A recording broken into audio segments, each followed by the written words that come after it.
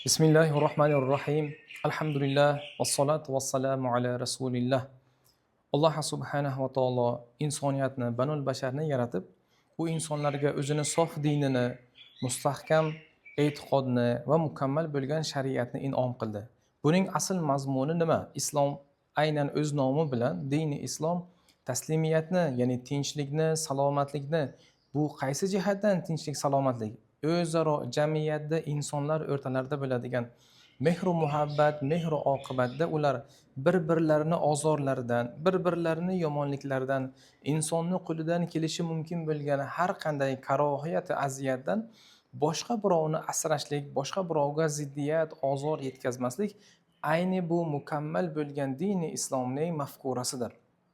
Darhaqiqat payg'ambar sollallohu alayhi vasallam shunday marhamat qiladilar. Al muslimu man salima al muslimuna min lisanihi va yadihi. Ya'niki musulmon shunday insoniyki, musulmon shunday bir Allohning bandasiki, uning qo'lidan va tilidan boshqa birovlar ozor chekmaydilar, aziyat ko'rmaydilar deya marhamat qildilar.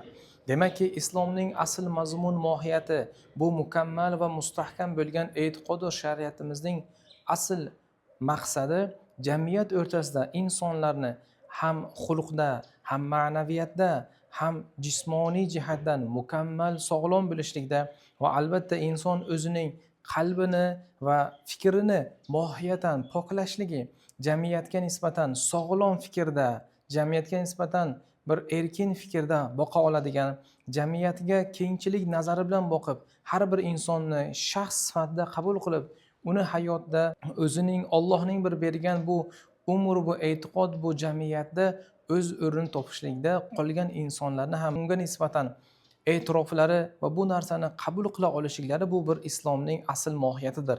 Darhaqiqat bugungi kunda aynan islomga zid bo'lgan, islomga aynan islom ta'limotida, dinning ta'limotida juda ham qoralangan ba'zi bir g'oyalar, ba'zi bir mafkuralar yoshlarni, xususan kelajak avlodni hali diniy dunyoqarashi, dunyoviy dunyoqarashi, ijtimoiy jamiyatda hali o'z o'rnini topishlikka ulgurmagan yosh avlodni ongiga aynan noto'g'ri va nosog'lom bo'lgan mafkuralarni singdirish bugungi kunda asosiy dolzarb bir mavzularga aylanib qolgandir.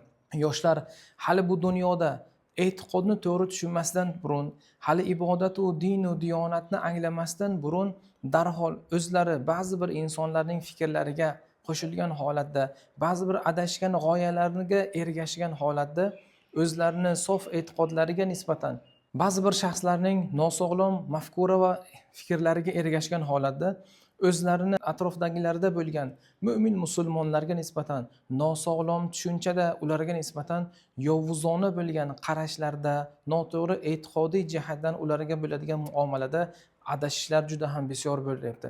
Buning holati nimadan? Albatta bu inson, o'sha banda islom mohiyatini, bu mukammal dinni mustahkam tushunmasligidan, din haqida, bu dinning amallari haqida muborak kalomullohda Alloh taolo bizlarda ko'rsatgan haqiqiy jamiyat, tinchlik, omonlik, salomatlik jamiyatini qurishlikda shaxsning o'rni qanday, mo'min musulmon bandaning vazifasi nimalardan iborat, bu narsalarni hali anglab yetmagan shaxslar, xususan bularning ichida asosiy qismini yoshlar tashkil etadi.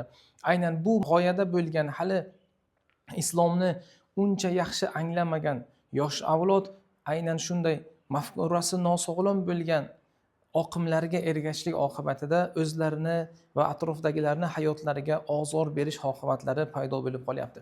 Shu uchun avvalambor biz dinimizni oiladan, oila rahbari bo'lgan har bir ota-ona, har bir ustoz, har bir atrof muhitdagi qo'shni qavm qarindosh islom mafkurasini, din, diyonat mafkurasini, xususan tinchlik, omonlikka targ'ib qiladigan, insonlarni o'zaro mehr muhabbat va oqibatga chorlaydigan bu mustahkam va mukammal bo'lgan dinning haqiqiy ma'naviyatini yetkazishimiz, undan avval o'zimiz bu narsani o'zimizning qalbimizga jo aylab, hayotimizga tatbiq qilib va undan so'ng yosh avlodga, kelajak avlodga bu narsani yetkazishligimiz albatta bu mustaqil yurtni, bu mustahkam yurtni qiyomatgacha din e'tiqodi, milliy qadriyatlari mustahkam va abadiy bo'lishiga katta xizmat qilgan bo'ladi.